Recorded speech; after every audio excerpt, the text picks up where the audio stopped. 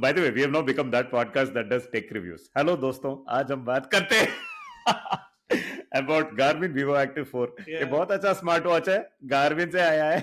इसमें gorilla glass है और जीपीएस भी है. चलो friends, hit subscribe and like. Hit the bell icon. Leftover lasagna. Leftover lasagna. Lasagna? No way. It's a type of sandwich. Some kind of gross pasta. Leftover lasagna is a podcast hosted by my Nitin charge and Tony uncle. Leftover lasagna. Very funny name. Hello and welcome to Leftover Lasagna, the podcast that's much like your periods just before menopause. You have no idea when the next edition will drop or how it's going to make you feel, but you're happy when you see it coming and sighing with relief once it's over. This is the podcast run by two men who do not have a first hand experience of periods or anything else we choose to pontificate about for that matter. But that doesn't stop us from talking about it, much like periods. And in that clever subversion of expectation, by empathetically leading with such a topic, we hope to be regarded as the men who pause and reflect on things. I am Tony, alternatively full of crap or full of crab, depending on how long since my last meal you meet me. And joining me is the man who, if he was close to you, would fastidiously keep track of your last period and carry an emergency tampon in his wallet. The man whom many will be glad to miss their periods for, the loin burner of Lal Bagh, the man they call the womb bomb. The womb bomb. Say hi, Nitin Sundar. Hi Tony, I have no reactions to that. I think anything I say will be inappropriate, so I'll just be quiet. No reactions. Yes. This is a silent period. Yeah. So, Nitin, in our eternal shout out to other more popular pods, this week my intro has led with periods and menopause because this American life, we are plugging this American life. Last episode was called Pivot Point. Yeah. Basically, like that in between moment where everything suddenly changes. And I think like 3 out of 4 things are about Armageddon or war or something like that. I heard the episode, FIA. But one of them is like where this person called Susan Burton reflects on the ramp up to her menopause. Right. First of all, I was not expecting it, and it was. I think it's only some 9-10 minute section, but it was very eye opening. Right. Yes. In that sense, like it's not something you think of, obviously, as a man, but also it's something that. One of the many things that the other gender is bothered with. I'm sorry, I'm saying other gender. One of the other genders is bothered with, right? Like DEI has been cancelled by Trump, so you can just say correct, other gender exactly. now. Yeah, so it's fine. We are back to 2 genders now. All the cats and they thems are all out of the window. When I become US president, it's only one gender. If for long time listeners of Leftover Lasagna, this is Easter egg. I heard that episode as well, and I found that bit quite eye-opening as well. And you said it's something that our gender does not ever have to think about, right, or consider. I think it's equally hard for women because menopause is something they also don't really consider until a certain stage in life, and then it just suddenly is upon them, right? And I didn't even know there's a term for this. I didn't know there's a term called perimenopause, which is something I learned from that episode, which is when the periods start becoming infrequent, and then so you've said the exact opposite, right? Which is what I think Susan's point also was that millennials have stake claim to this thing called perimenopause, which Correct. is the multiple years leading up to. Yeah. Right? Yeah. Apparently, it didn't exist before. It was just suddenly bam, menopause, right? Like now there is a definitive period when you can figure it out also. Anyway, the connect in my neurospicy brain was today we are talking about tracking that actually relates to all genders. Several episodes ago, several months ago, several periods ago, where we were talking about how you and I need to have the same fitness tracker, right? Which is the Amaze Fit. Amaze Fit GTR 4. Yeah. Yeah. So today we'll talk about, probably fitness trackers, the evolution, maybe the business model, maybe our own personal journey with fitness, sleep, etc., etc. But here's the other amazing fact about you: you have a resting heart rate of 48, right? Like you could just go into the Olympics and be that Turkish shooter and just like nail everything. Yeah. But even more recently, in your Australia trip, I think on day 4, after day 4 of the MCG test, you told us off Yeah. the couch while on a vacation, you are just going to run a 10K. So you said, if I can run it under 53 minutes, which is like insane, I will win. Right? Now, India didn't win, but I think you just like got on the couch and how long did it take you to run 10 kilometers? I think I did a 48 minute or something on that day. This Yeah, was there at you a go. lovely. There's a lovely place in Melbourne called the Tan, right? This is called the Botanical Gardens, and they have a run around the Botanical Gardens, which is called. It's basically Lal Bagh. It's basically Lal Bagh, you're right. Yeah, Yeah, except go on. except it is Australia, so it's all classed up and everything, right? It sounds so cool, right? Yeah, The tan, you run on the correct. tan. It took me a while to figure out why it's called the tan. I initially thought it's because the sun will burn you, but it's just that botanical is too long to say, so it's the tan. And what is special about the tan is also they have this digital leaderboard, right? Since you're talking about tracking, as you run around the tan, you can see the fastest ever laps around the tan. To do a 10K, you run it roughly 3 times. But if you complete that one loop, right, at 3 point something kilometers, actually it's more like 2.8 kilometers something, but the fastest 2.8 kilometer runs around the tan they're permanently there. There is a permanent digital leaderboard which keeps getting updated apparently periodically. With the fastest people who ever completed a run around the tan. So the kind of thing you will not see at Lalbagh. I That's think true. it's a sign of our times and everything. Yeah, 2 points here. I think a permanent digital leaderboard is an oxymoron in of itself. Like there is, by virtue of it being digital, Correct. Yeah. your Foursquare account also doesn't exist anymore. But evolutionarily, you were meant to be a sperm donor, right? Because you're Okay. running 10K in 48 minutes off the couch, right? Practically. Tell us about your what has been your thing with running. While you Okay. read Born to Run and recommend it to everyone, I doubt you're Yeah. like that annoying runner, right? Like who's constantly posting sweaty selfies on Instagram or Strava updates and all of that. So yeah, your relationship with fitness, maybe let's start there, and why you're not wearing an Amazfit anymore.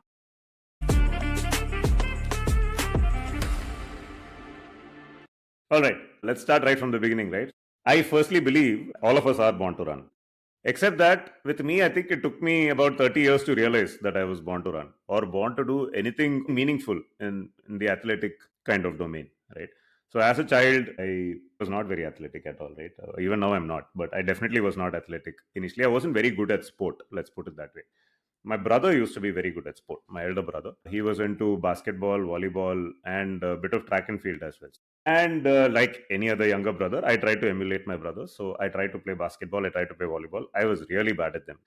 And I really hated, I loathed running. I used to try to run, but I was not very good at it.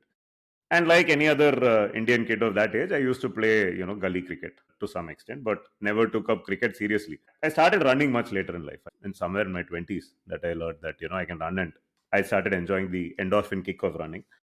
I really took to running big time during the pandemic, right? Now, during the pandemic, we were locked down, we had to wear the mask. Even within our apartment complex, also, even if you were walking completely in isolation, the apartment rules mandated that you needed to wear a mask. And there was no question really of leaving the building, right, for those few crazy months in 2020, whatever. And that was a very intense period of time at work as well. And running for me was a way to actually just shut down everything because I was going through my own experience with the pandemic, right? It's not like anyone close to me got affected by it, but I remember being extremely paranoid about the pandemic and about what it would do to people in my family, to myself, etc. So, and it was a very stressful period at work as well. So, stepping out for a run during the day was basically my chance to completely shut that out, both the work pressures and the pressures of the pandemic, the pressures of being a young parent, having in laws and parents, not in the best of health, living in the same building and all of that, and saying, okay, I get the next half an hour or the next 1 hour entirely to myself. And I wanted to shut myself out, right?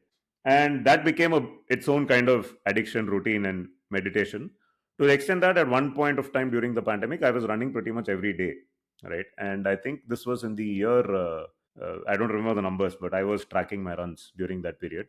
I think I ended up running over 1,000 kilometers in one of those years, right? This is, I think, 2020 or Wait, 2021, one of. what?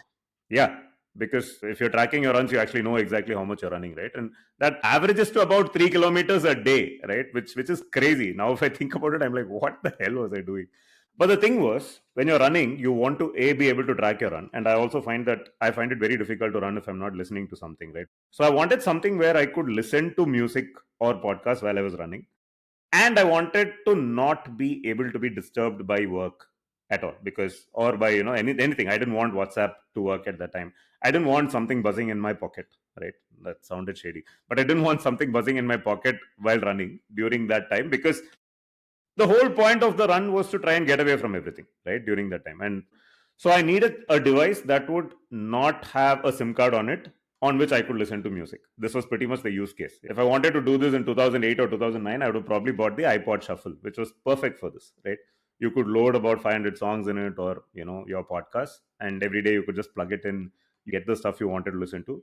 And tracking as well. Yeah, at back then I used to carry my phone initially and use this thing called Nike Run app, right? Which is Right.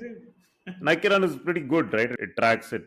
Google, your phone obviously does a great job of tracking your movements. So GPS and all of that is inbuilt. But I didn't want to be carrying the bulk of my phone. At that stage, the phone was also a bit of a mental load, and not just the physical load of something in your pocket, right? Yeah. And I really never was a big fan of people strapping on their phone to their forearm and all of that. I used to try that, and it felt so odd, right? Yeah. I couldn't get an iPod in the market back then. I imagine that the iPod Shuffle would be like a cheap product that you could just buy online, right? But it is completely gone off. You don't Yeah. get those devices anymore. You get these Chinese MP3 players, right, of random brands, Amzer or whatever. But I mean, you need to upload individual MP3s into those, and there's no way that's ever going to work. So then I thought, okay, maybe this is where I jump onto the bandwagon and get a fitness tracker. And I found that there were very, very few products that actually supported music without a phone that was also in your pocket at the same time, right? So you have the Apple Watch, for instance, will play music for you from Apple Music only as long as your phone is also in the vicinity. So basically, it's going to pick up music from your phone, and you can then connect it through earphones into your pocket, into your ears, and play it, right? That wasn't going to work for me. I needed something that would individually work with music on it. There were very few devices, but there was one Garmin tracker that was doing this, right? And it was called the Vivo Active 4. Vivo Active 4 music version, right? And there was a non-music version of it. First of all, I found this the strangest thing, that this wasn't a huge use case where everyone who wanted to run wanted to have music on their watch And without you having to didn't carry want the to have phone. your phone with you. This is. In fact, I thought most runners would be of that nature, right? Would not want to carry their phone because it's a bulky device. And I imagine that, fastidious runners who I want think to, it's fair to say in the history of yeah, humanity, most yeah, people have run without a phone. If you yeah, consider how yeah, long humanity has existed and how absolutely. long Yeah. phones have existed. So the Garmin Vivo Active 4. Now, by the way, we have now become that podcast that does tech reviews. Hello, दोस्तों. आज हम बात करते हैं about Garmin Vivo Active 4. ये Yeah. बहुत अच्छा smart watch है. Garmin से आया है. इसमें लेटेस्ट टेक्नोलॉजी है. Unboxing. Yeah. इसमें गोरिल्ला ग्लास है और जीपीएस भी है. चलो friends, hit subscribe and like. Hit the bell icon. Yeah, so the Garmin Vivo Active 4 actually syncs up with your Spotify, right? This was around the time I also got a Spotify subscription, right? And that's its own story. Ended up 40.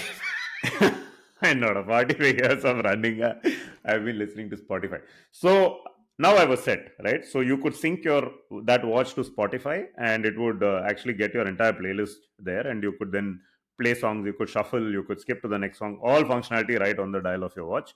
And it was a Garmin with very good, supposedly, GPS tracking, and it would track your runs, it would track your heart rate, your sleep rate, this, that, and the other.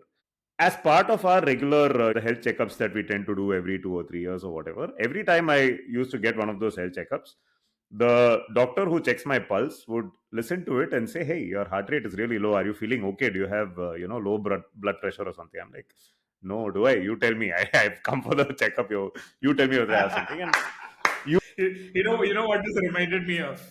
Times of India had a tweet which said, yeah, go on. "Is Saif Ali Khan's attacker from Bangladesh?" Question mark. And Danish Saint's quote tweet is, "You tell us, yaar, you run the news. Why the fuck you ask?" Yes, so to the doctor also. You tell me, man. You tell me. That is why I came for the checkup. But I would never get a straight answer, right? And this sequence repeated 2 or 3 times. And by the time this happened for the third or fourth time I went for a health checkup, I learned to ignore it.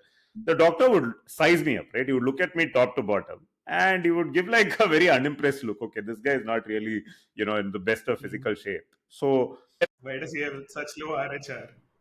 yeah, so if you have low RHR, which is low resting heart rate, it can mean one of two things. One is you're an incredibly athletic, fit person who has kept his heart rate low, and it's something that builds with conditioning, right? That's one possibility. The doctor has eliminated that possibility by looking at me from top to bottom. And I only realized this later when I did my own reading. The second possibility is you have this disease called bradycardia, which basically means your heart doesn't beat as often as Yeah. it should. It's okay, it's not a major issue. It could become a major issue later if it continues, because when your heart actually needs oxygen, it's not actually pumping enough, right? Whatever. So doctor looks at me and he writes down bradycardia on that thing and says, I think you might have bradycardia. You should get this checked up. And I made a mental note to check up what it is and then never did it anyway, right? So because I always felt fine. And anyway, low BP or whatever never showed up. And I forgot about this, right? Over a period of time. I thought maybe at certain times my heart rate is low or whatever. After I got that Garmin and started wearing it, and the Garmin started giving me data back. And then I realized my resting heart rate is actually consistently low. And this is something that I now realize I've been blessed with right from the time I was born. Unfortunately, I discovered this much, much late, which is why we are all born to run, but I learned it much, much later in life because I only started running in my 30s. And Yeah. now that if I look at it, my dad also has lower resting heart rate. My brother has low resting heart rate.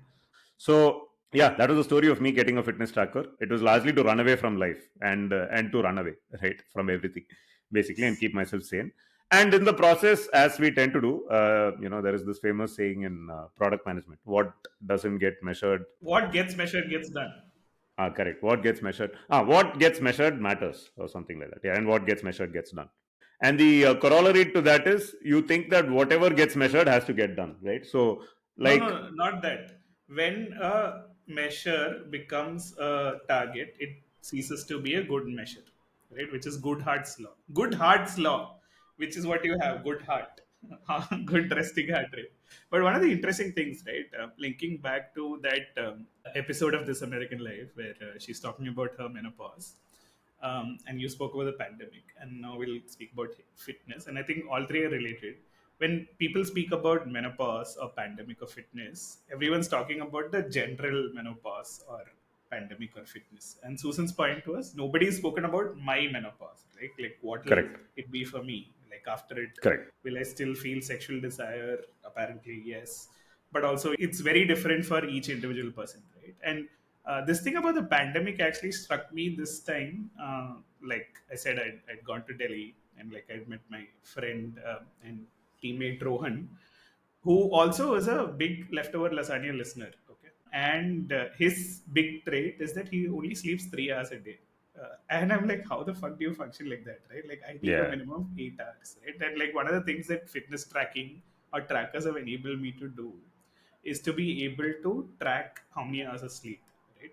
And also, our pandemic experience is very different. Like, he had the best time during the pandemic, and I was trying to run away from life.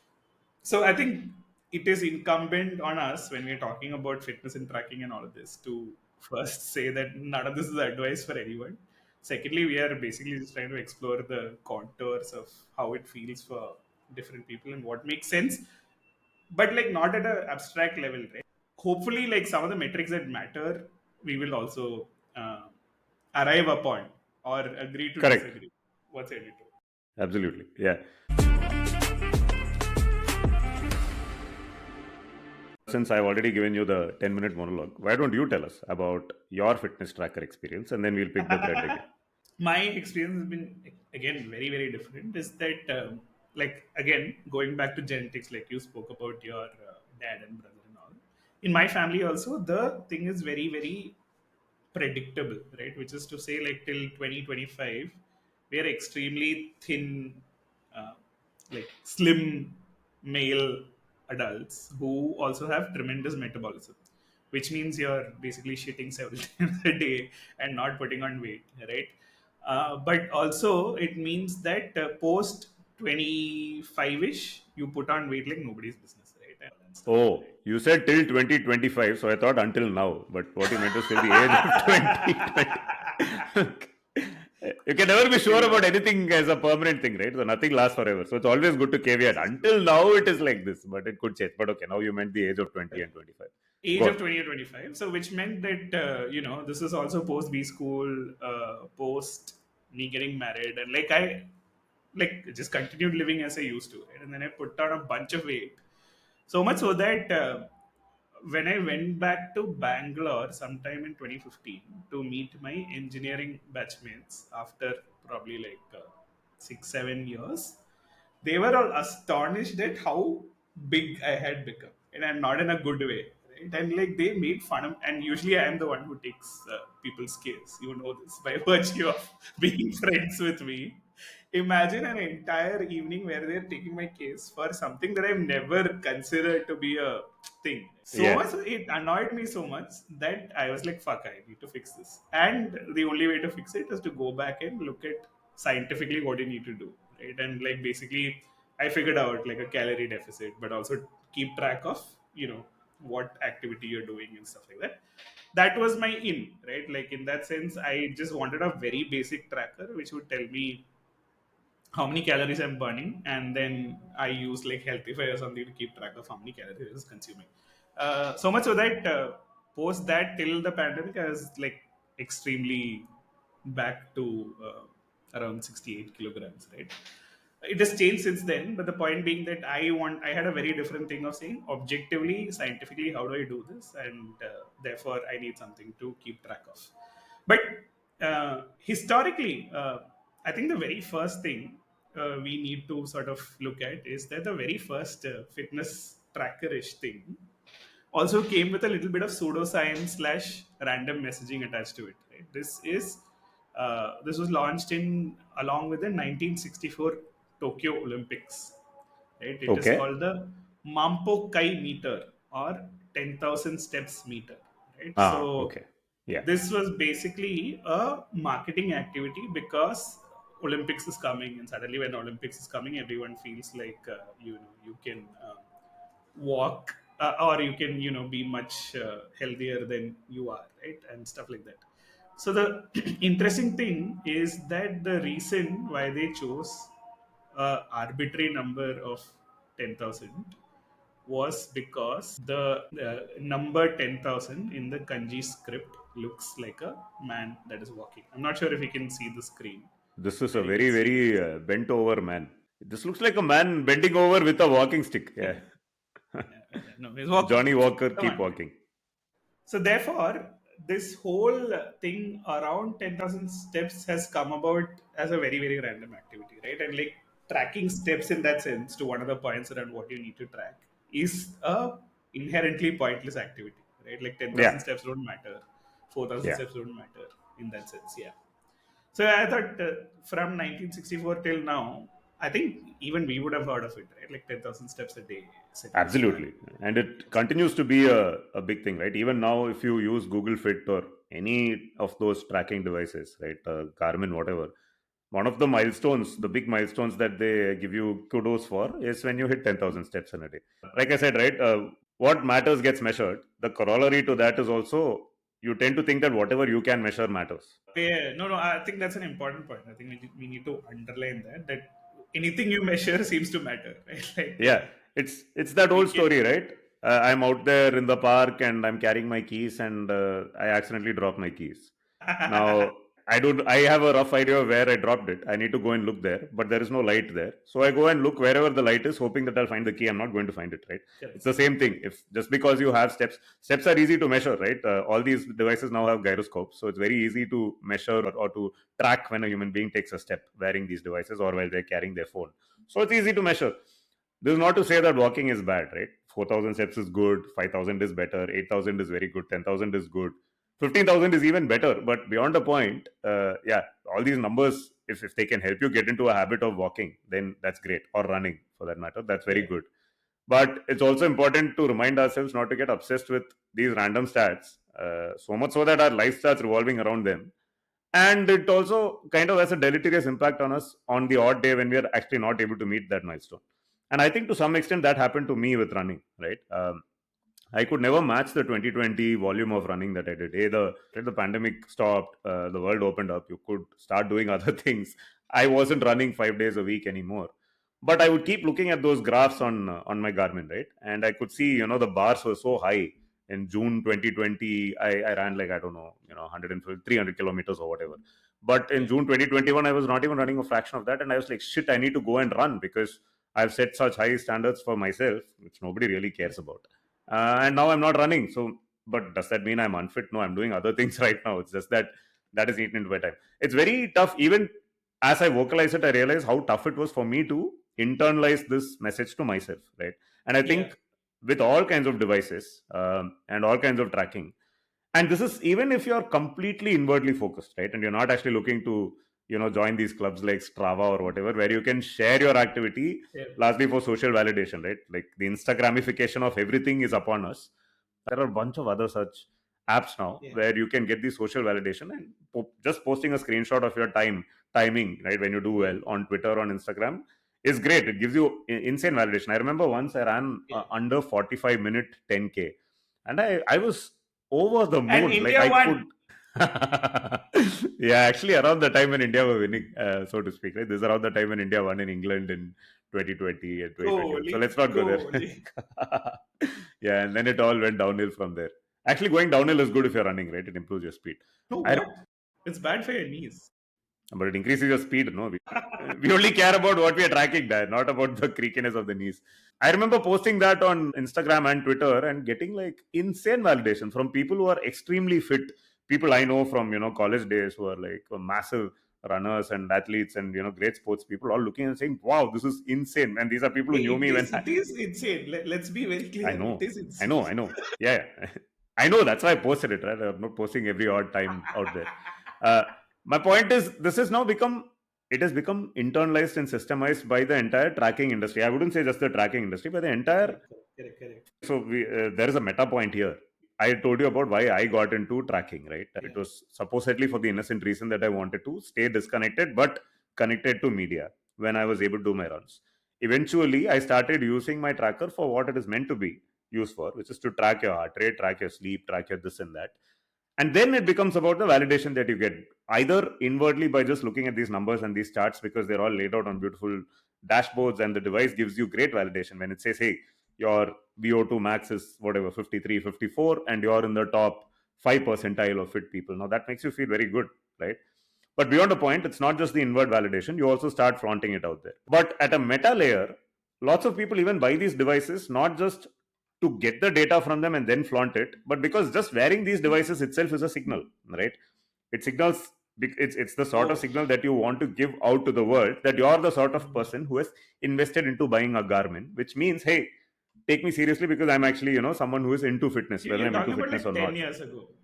No, even now, by Oh, the way, if you everybody. look at now, everybody wears that Apple Watch, right? And this is the next step where eventually all technology becomes so everyone is wearing the same thing now, right? Before you go there, I Yeah. just want to say on that thing about like how anything you measure becomes important. I told you like till from 20 end of 2015 or 2016 till 2020 I was at 68 kilos, right? And it was a random metric that I set to myself. So do you know why I chose 68 kilos as the thing? It's one short of 69. Nice. So I think at my highest point I weighed around 80 kilos, and I was like, okay, what should I be? Obviously, I was not looking at shit like BMI and all, but I was like in an elevator when this happened, and I saw like the capacity of this is 18% or X amount of weight, and I divided that, and I figured that the average weight of a person should be 68 kilos. But do you know why it's 68 kilos in the lift? Because 68 kilograms is 150 pounds. That's about it. Like there is no other scientific reason to this or anything. So I was By the obsessing way, over this. I have to point this out. This is the second time on this podcast you have disregarded the other genders because you realize that 68 is a combined average for men and women. Of course, I'm talking about my own idiocy. Is that I was like, okay, 68. Right, so Yeah. post pandemic, when I tried to get fit again, I was like, okay, I mean, get back to 68, right? And then like my friend was like, what are you doing? Like, why are you not eating food and stuff like that, right? And And I was like, no, 68 is my target. And she's like, why? I'm like, oh, okay. Let me wait a minute and think. Because I want to fit into my shirts from back then. And she's like, no, like your beard is grayer now. The kind of fits that you need to wear also need to change. Probably not a slim fit. That's not the only thing that looks good, right? And that's a wake up call that you suddenly get and say, yeah, I mean, why am I obsessing over this metric? The problem is that if you choose to optimize to a weight target, then you can obsess over it to the point where it makes you unhappy consistently day to day. The other Absolutely. problem is if you realize that the best way to do this is, like, let's say, hit the gym and lift weights or whatever, you're again optimizing for aesthetic muscles, right? Like biceps, that, this and the other, because that is what will like make you look good. I think the important part is sort of to take the middle path, right? Which is to say, like, how strong are you just for yourself? Absolutely. Sorry.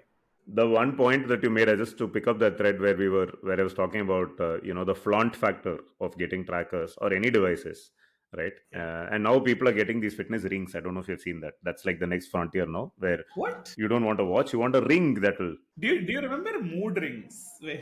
Yeah, mood rings are amazing. I love it. Yeah, More where you can. once again. More of the other gender getting added to fan base. Why? Because I'm talking about mood rings. Why? Yeah, obviously. Next you'll talk about like star signs and like how you believe, like, because you're Libra. You're Libra, no?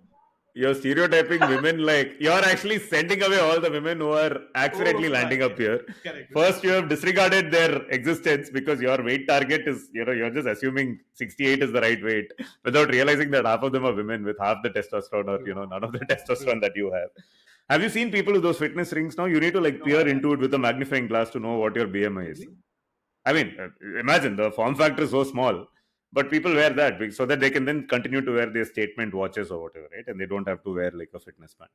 Anyway, now what we have reached is exactly like you said, right? The flaunt factor now is not about what fitness band you're wearing, but are you wearing the right fitness band, right? Are you wearing the latest version of the Apple Watch?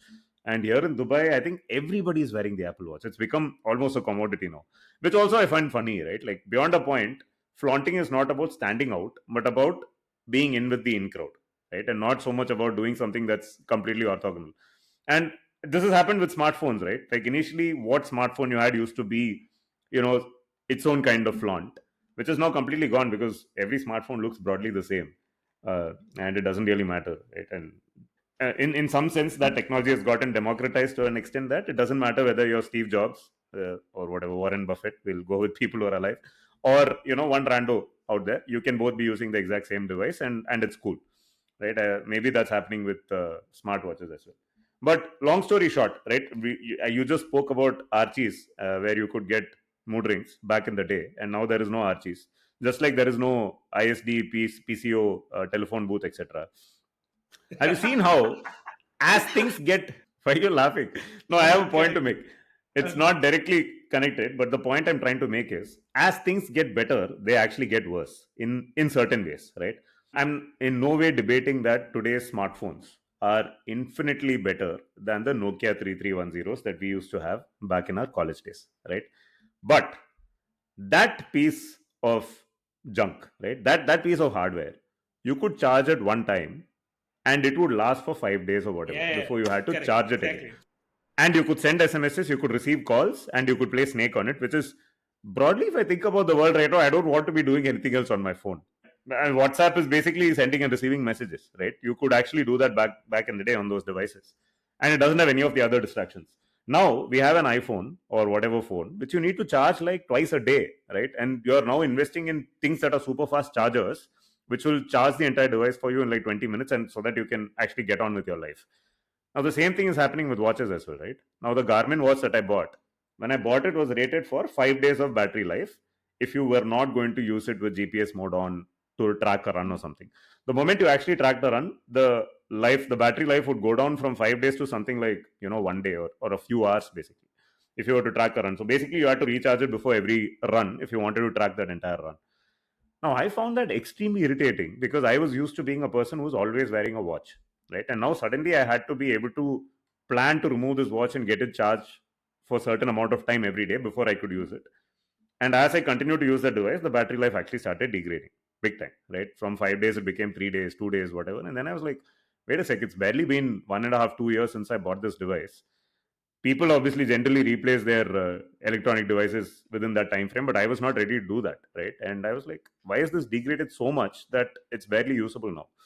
Anyway, long story short, I then gave up on that Garmin, and for the last 1 year I was using a different device, right? There was this Amazfit GTR 4, which we spoke about, which has very good battery life. Actually, mine was a bit different. It had a round dial. Does yours also have a round dial? No, Really? yours No, has a no, flat dial. it's not a Yeah. rectangle. Yeah. Yeah, Yeah. it's whatever. It's the same brand, but the display is better. It's a little more. It's a brighter display. It's a whatever LCD display as opposed to LED. Whatever. The battery life was better, and the device, you could actually load music into it. So this is now the old style iPod Shuffle where you Ah, can upload MP3s and listen to them and all of that. But at some point, I realized I actually don't want this, right? Because you still have to charge this device every 2 or 3 days. You have to charge it, and I found that the most irritating thing. So ultimately, now I've stopped tracking everything. Where I don't run too often. That helps, right? I've stopped tracking everything because what I really want on my watch, just like I really want a Nokia 3310 where I can read my messages and play Snake and receive calls.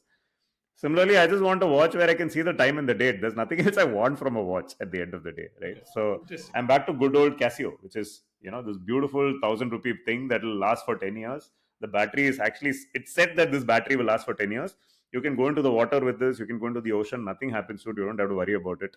Worst case, it will stop working and you'll buy the next one, right? So, and it does a great job of showing the time. So, yeah, that's where we are Yeah. now. I don't run much, but when I do run off and on, I Yeah. just carry my phone. Now I don't worry about receiving Run calls with or being Nike. disturbed because, yeah, thankfully the pandemic and work is not doing a number on my head. So, I don't mind running with my phone on me.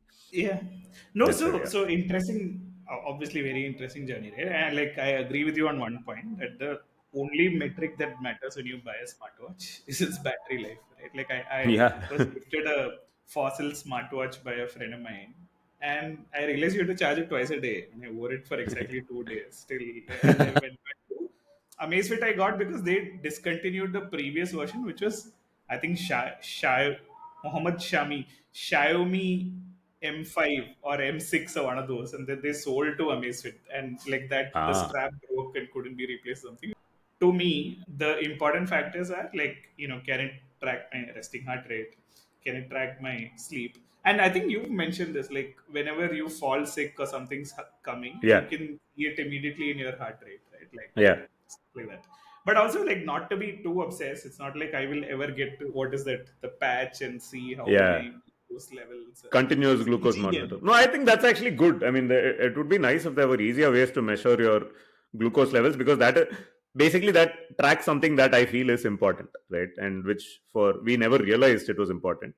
You literally need it for like 2 days in your life to understand what's happening. No, depends on whether you're trying to eat new kinds of food items, etc. Right? Because you want to know every time you put something in your body, you want to know what it does to your blood.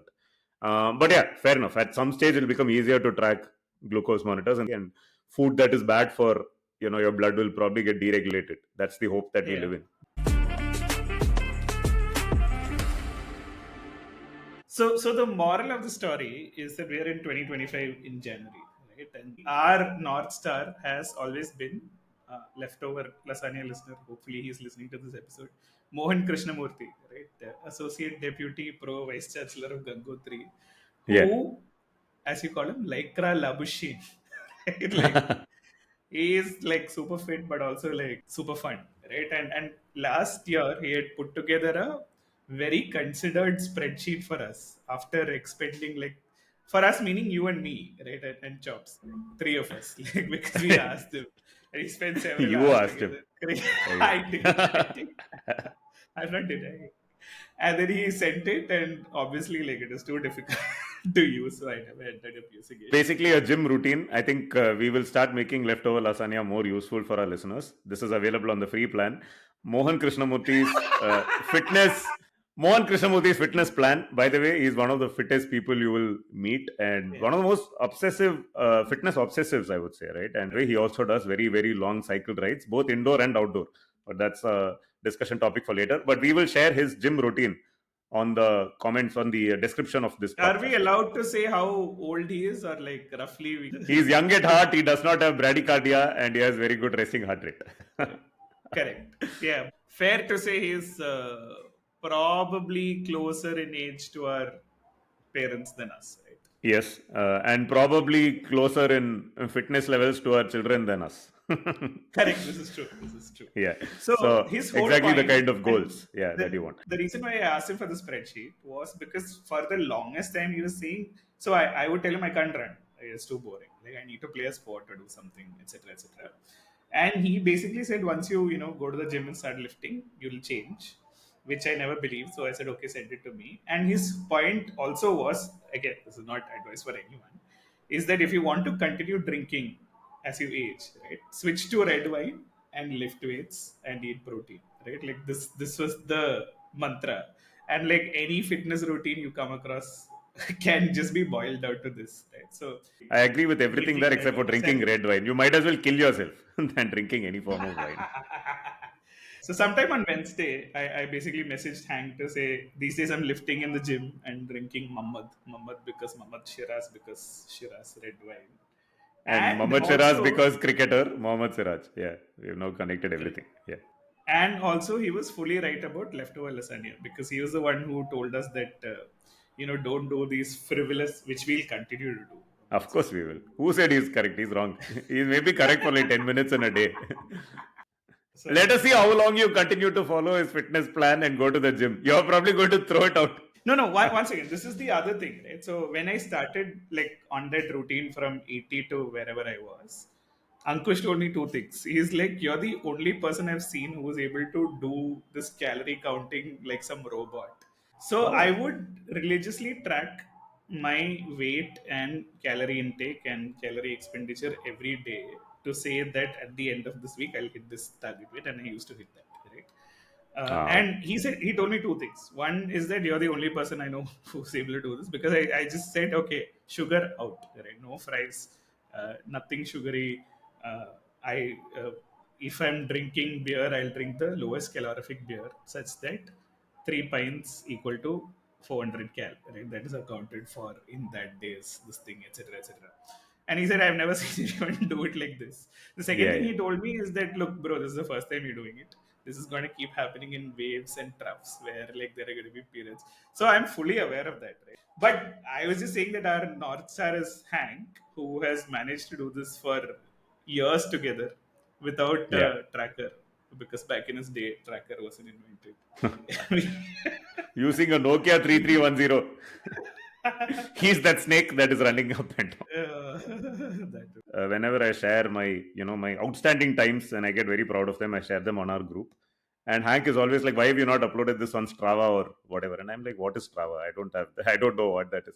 Put it there so that everyone knows about it. You get social validation." I'm like, "Hank, you appreciating me is already social validation enough. I don't need anything more than that. So I'm not going to get onto Strava," which is broadly my take on this whole thing now. I, by the way, have also stopped running. I've recently, or as I've mentioned on this podcast, in the last couple of years, I've rediscovered my love for ultimate frisbee. I discovered I was born to run very late in life. I rediscovered my love for ultimate frisbee even later in life. So now I'm almost out of time for any kind of high level athleticism, but I'm trying to make every day possibly count. And I now play ultimate 3 to 4 times a week, right? Which obviously then leaves no time for running. So Yeah, what but is your measure of fitness? Like, is it how you I'm feel not or how measuring my fast you fitness. run? Yeah, I'm not measuring my fitness levels You anymore, are only looking at the mood ring and what your mood is on that particular day. which is actually right. Yeah, it's Yeah. I'm not measuring anything now. When I started playing Ultimate, I was still on my Garmin and later on my Amazfit, right? And I realized that there are days when a 2 hour Ultimate session is 1,000 calorie event, 1,000 calorie event, right? And I think once I realized that, and I realized that even on a day when I'm not like playing at full capacity or it's a small shorter session, I'm still doing like a 700 calorie, 800 calorie event. Now, if I'm doing that 3 to 4 days a week, and I broadly am, not eating like a pig, I think I don't need to be measuring anything else. So that's what it is. I still need to put on weight. I need to put on muscle mass. In my family, there is a certain gene where we don't tend to easily put on muscle. So I obviously don't lift enough at all. But despite the fact that I eat a lot of protein, I don't put on enough muscle. And now there is a lot of research that has come out saying what the importance of being muscular is, and not just the biceps, triceps, the pecs and stuff that we talk Correct, about, but exactly. your The overall core strength, your overall body strength, and how it helps you as you age. Also, because your ability to put on muscle reduces exponentially as you hit 40 and go beyond. And this year I'm hitting 40, so I'm very mindful of the fact that I need to try and get there. But yeah, otherwise I'm not measuring anything. I'm pretty sure whatever I was measuring did not really matter. So here's the other thing that I wanted to talk to you about is that I feel like you are the kind of guy, like how much sleep do you need in a day? Oh, I my sleeping habits are not good. They're quite bad because Yeah. I wake up at about 5:40 every day. Given that I wake up that early in the morning, I should be going to bed by about 10 or 10:30, which almost never happens. So I'm not getting enough sleep. The way I function is I generally do about 5 to 6 hours every night, and then there'll be one day where I'll just sleep for like 10 hours and try and make it up. Which, by the way, is not the way to do it, guys. You need your 8 hours regularly every day. It's very bad to, yeah. So here's the thing: is that okay? There's this podcast called Intersections, which is done by Audiomatic with Samant and Yeah, uh, someone else. Someone said Samant someone and else. someone else. I'm forgetting. Yeah, I'm forgetting the woman's name. forgetting that one. It was Absolutely some not. woman though. I remember. Yeah, yeah. So they basically did research into it, and like apparently, like monophasic sleep or like this one stretch of sleep is a very very new phenomenon, right? Like technically, for the longest that humanity has existed, it's always been biphasic sleep, which means you do 4 hours and then 4 hours, right? Like it's only since the evolution of artificial lighting that like Hmm. 8 hours at a stretch became like a thing, right? So they're talking to this person who's trying to hack sleep, right? And apparently, technically, you don't need 8 hours of sleep a day. So Buckminster Fuller apparently used to sleep 2 hours a day. Who is Buckminster Fuller? Buckyballs, Fullerene rings, like very, very prominent scientist, inventor from the Okay. past who did a bunch of stuff, right? Like, so I think the 99% invisible thing comes from his quote, if I'm not wrong. Okay. I didn't know that. Very interesting. Let's plug another podcast. So I think Since we are his talking about sleep and we are talking about 99% invisible, you will not believe this. So, 99% Invisible is hosted by this guy called Roman Mars, right? And it is a very, correct, very popular podcast. It's one of those correct, podcasts which I don't realize why it is so popular. I think it's okay, correct. right? But I think it gets way too much bar for what it actually is. But leaving that aside, my wife Shruti sometimes struggles to fall asleep at night. You know what she does when she needs to fall What? asleep? She turns on 99% Invisible to listen to Roman Mars's voice in 99%. This is 99% invisible. I am Roman Mars. This is how every episode starts. You listen to his monologue, you will fall asleep. It works like a charm for my wife, like nothing else. She has tried white noise, she has tried sleep stories, she's tried sleep music. None of that works. 99% invisible, guys. If you want to sleep after this podcast, tune into 99% invisible by Roman Mars. Yes. Correct. So yeah, it was this guy. It was Buckminster Fullerene, whose quote is that 99% of good design is invisible. Right? Invisible. That's what Yeah. 99% invisible is. Yeah. So he used to function on 2 hours of sleep a day, but he used to do it as 4 naps of 30 minutes each. Right. So they are talking to this Indian guy who's trying to like cut down on his sleep, and his whole thing was that he would do 4 hours of sleep a day, which is like 3 hours at a stretch, and then 3 naps of 20 minutes each at like various points in time, right? Absolutely insane. But then he came Yeah. back to his normal thing. But the whole point is that if you see your sleep cycles, right, you'll realize that completing maybe one cycle of an hour and a half is more important than X amount of thing, right? Like if you suddenly wake up in the middle of one of those Yeah. cycles is when you feel more tired. Then it gets broken. Yeah. This hasn't helped me. I've become a poorer sleeper as time has gone on. And genetically, I think it'll get much worse because my mom and dad like sleep 2 to 3 hours a day. And I'm like, how do you function? Like they're awake Wow. whenever. Yeah, it's crazy. So, yeah, but I think sleep for me is very important. Like it's a definite It like is. mood enhancer slash killer depending on how much I get. Absolutely. So, two thoughts. The Buckminster Fuller thing that you said, right? It's funny how some of these extreme ideas are at the Hmm. both times at the cutting edge of taking civilization forward in terms of discovering new ways of living, and at the same time are also at the absurd end of the spectrum. So there is the Seinfeld episode where Cosmo Kramer actually tries the same thing. He tries to function on 2 hours of sleep, and the entire it's a running gag through the entire episode because he's randomly falling asleep. And yeah, This is a guy who has the entire day at his disposal. exactly, that is the joke. Okay. Talking So the about interesting thing on that, right, is that I think in some interview, Seinfeld is asked, "Have you ever considered outsourcing your episode creation to McKinsey or something?" And he's like, "What is McKinsey?" And he's told it's a consultant. And he's like, "What the fuck are you talking about?" Like, I handcrafted each and every yeah, line in this with Larry David. yeah. That's why it's as good as it is. So Of course, yeah. No, we should do one on comedy itself. But anyway, this is the other thing that I remembered. There is this very new thing that I purchased very recently. Again, like all the good things in my life are introduced to me by my wife Shruti. So she bought me this. It's an eye mask. Okay. Now there are two things you can do. Actually, three things you can do to improve the quality of your sleep tremendously.